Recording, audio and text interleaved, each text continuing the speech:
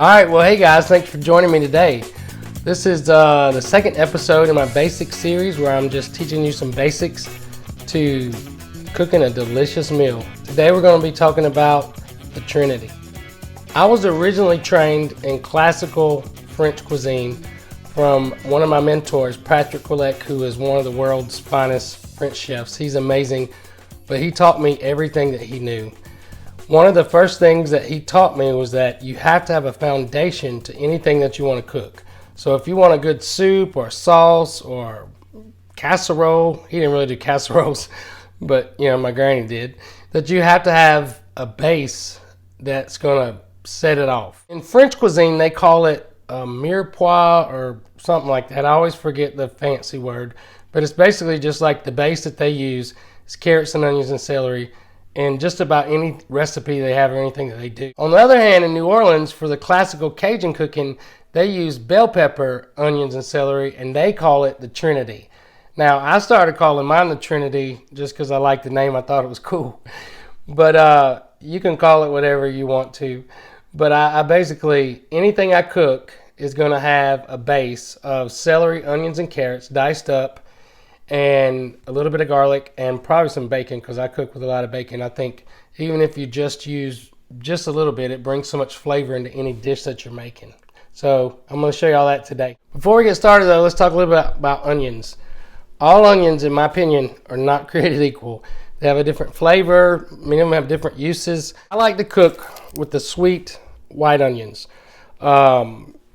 Vidalia onions come from a place in Georgia. I think it's Vidalia County, so they have to be from there to be called Vidalia onions. But the sweet white onions are basically the same thing. The other, probably the most popular one in America and the most easy to get, is just a regular yellow onion. I don't love yellow onions. I feel like they got a little bitter aftertaste to them, but I'll use them in a pinch. The other one is a white onion. I've honestly never understood the meaning for the white onion. They're not sweet, they're not bitter, they're kind of in between kind of deal, so I don't really cook with white onions. And then there is the purple onion, which is one of my favorite onions for salads and anything that you do raw, or if you want to pickle some onions, to use the purple onion or the red onion. But I don't cook with them because they take on this nasty looking gray color. They still taste good, but they don't look good. And you know, we eat first with our eyes before we eat with our mouths. So if it looks kind of gross, then it's probably not going to be too good. 99% of the time, if I go for a recipe, sweet onion is where it's at. But a fair second would be the yellow. So I usually start with the celery first, just because it's the cleanest thing to do. Lop the big nasty ends of that off. I always keep a little trash bowl around. It makes it faster to get stuff done. Just gonna knock the big ends of those off. Now for the celery, I peel my celery because there's actually a rough stalk on the outside that gets stuck in your teeth. And it really, if you ever have it this way, you'll never do it another way. But you just take like a peeler and you just quick go down the edge and knock that off. And it really makes a huge difference. See how it pulls all those strings out? Go ahead and get all that off there. And then make sure you get the two little pieces on the back. You don't have to go on the inside, but that outside piece.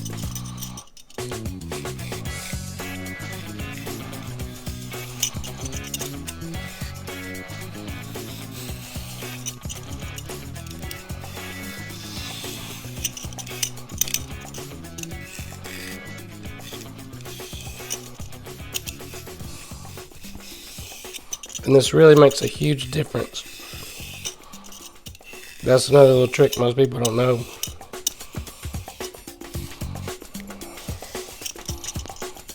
See the strings, the big nasty strings?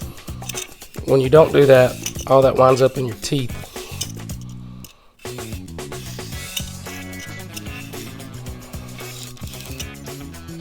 Now there's two ways to do it. I'm going to show you how to dice it, then I'm going to show you how to use it like on a charcuterie board. So So I like to take it and at least pop it in half with a little knife. I'm going to dice it. See how that was a smaller piece. These bigger pieces, I probably lop them into 3.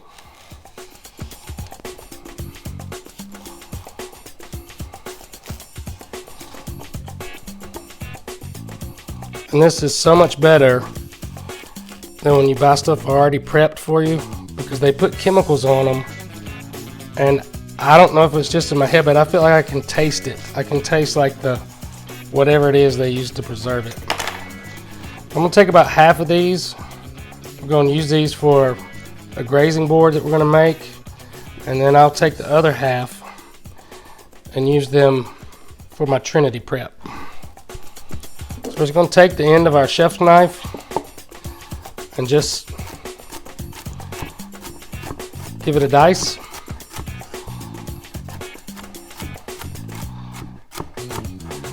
Now personally, I don't get into all the fancy cuts on vegetables unless you're using them for a display. When you're cooking with something, just dice it up the way you need it and get where you're going so you can get that done. But that's our dice. That'll be part of our Trinity. I'm going to cut these again depending on the way you want them. Like if it's for wings or grazing board, I like them to be bite-sized, not too big. If you wanted them something like for peanut butter or something like that, so I would at least lop these in half. And then you've got charcuterie. You could even lop them in half again if you wanted to, but I like mine to be a little bit bigger.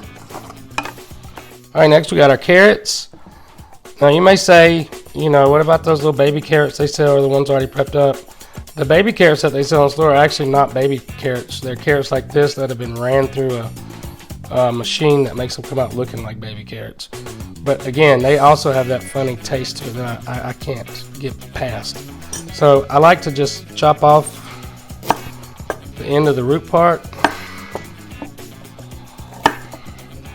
And then we'll flip them over. Some people don't do this, but I do. I always lop off just that end part just because it gets kind of nasty looking. We'll put that in our handy little trash bowl. And then we'll just take our handy dandy peeler and just give it a quick peel.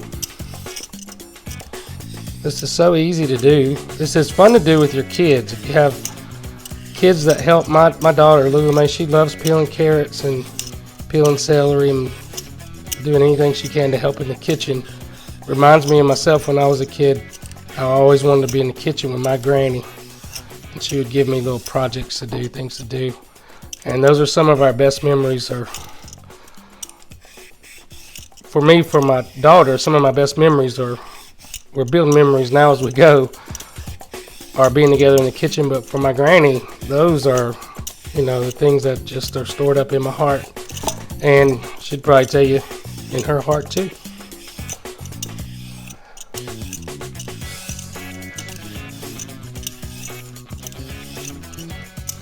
Just make sure you get all the skin off.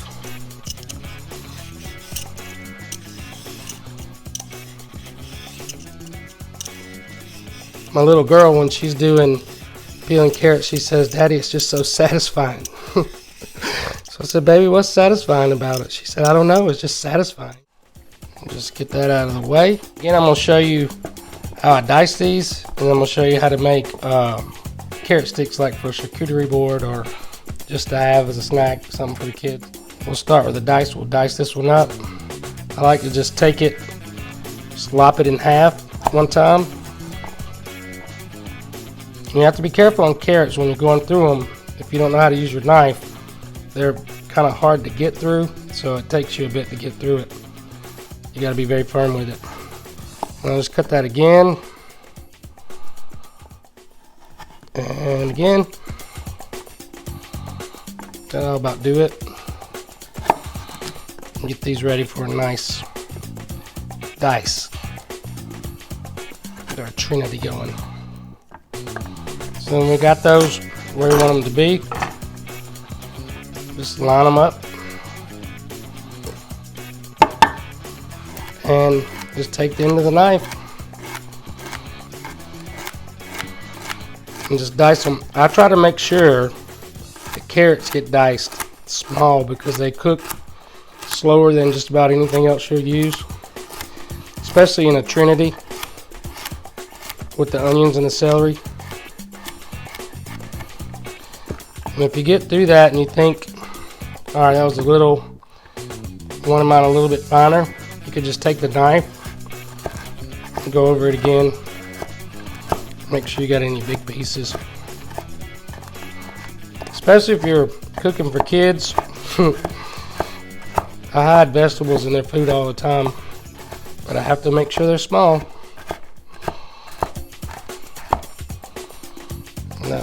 I'll do that.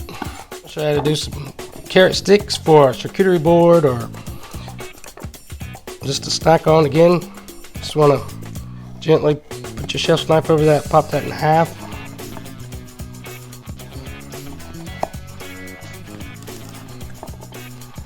And then on these, you want these to be thin. I usually cut them 3 times on the second half, but if you'll take after you cut the first one, it's easier if you just lay it over like this. Then it's easier to get the knife through.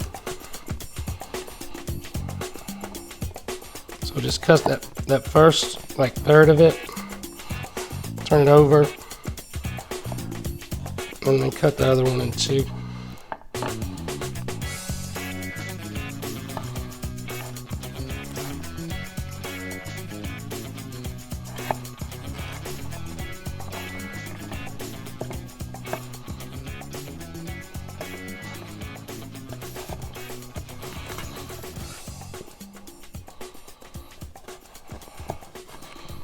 And if you find some that look like they're too big, I think we about did good on that one. Let me check. They're about good, but like, see, that one's just a little bit bigger than the others. Just take your knife, pop it off, you're good to go. And then with these, I like to line these up. Just because you don't want them to be too big. Like, nobody wants to eat that on a charcuterie board. It's so big. I'll just take those, just lop them in half, and then there you go. Bugs Bunny would be proud. And these are great for wings, a grazing board, whatever you want to do with it. And again, they're so much better than those machine-made, preservative-laden bags of carrots that you buy at the grocery store. I'll fix up our onion.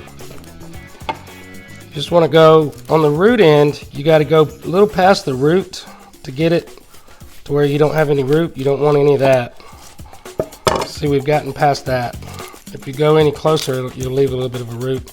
On this side, doesn't really matter. You can get as close to the end as you want to, which I do that to keep from wasting them.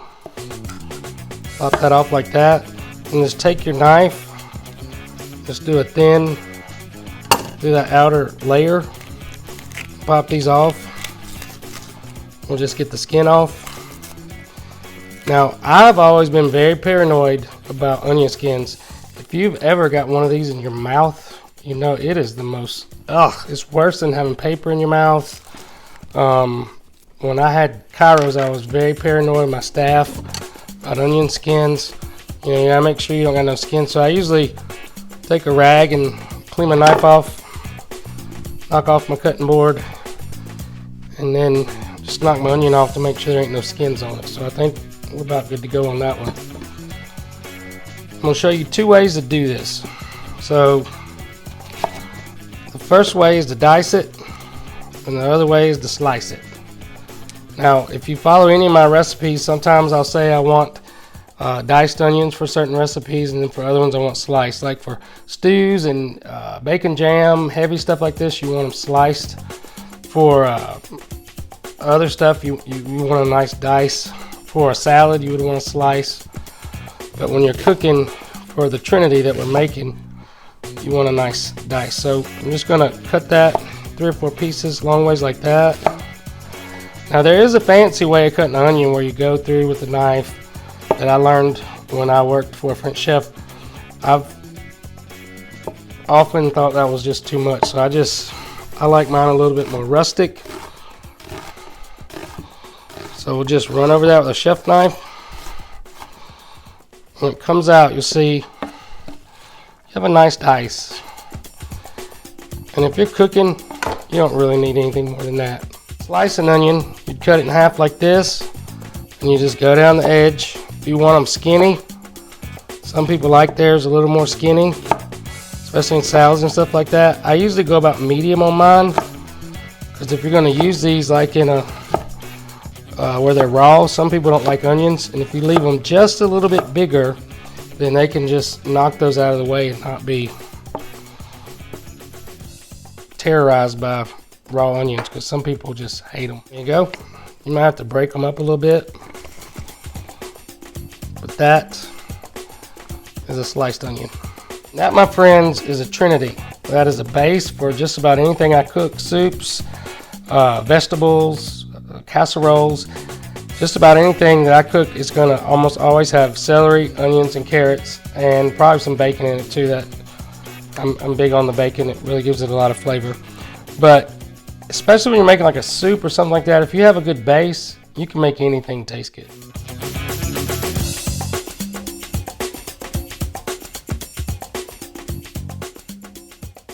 Well, thank you for tuning in to the Basics episode about the Trinity of Flavor.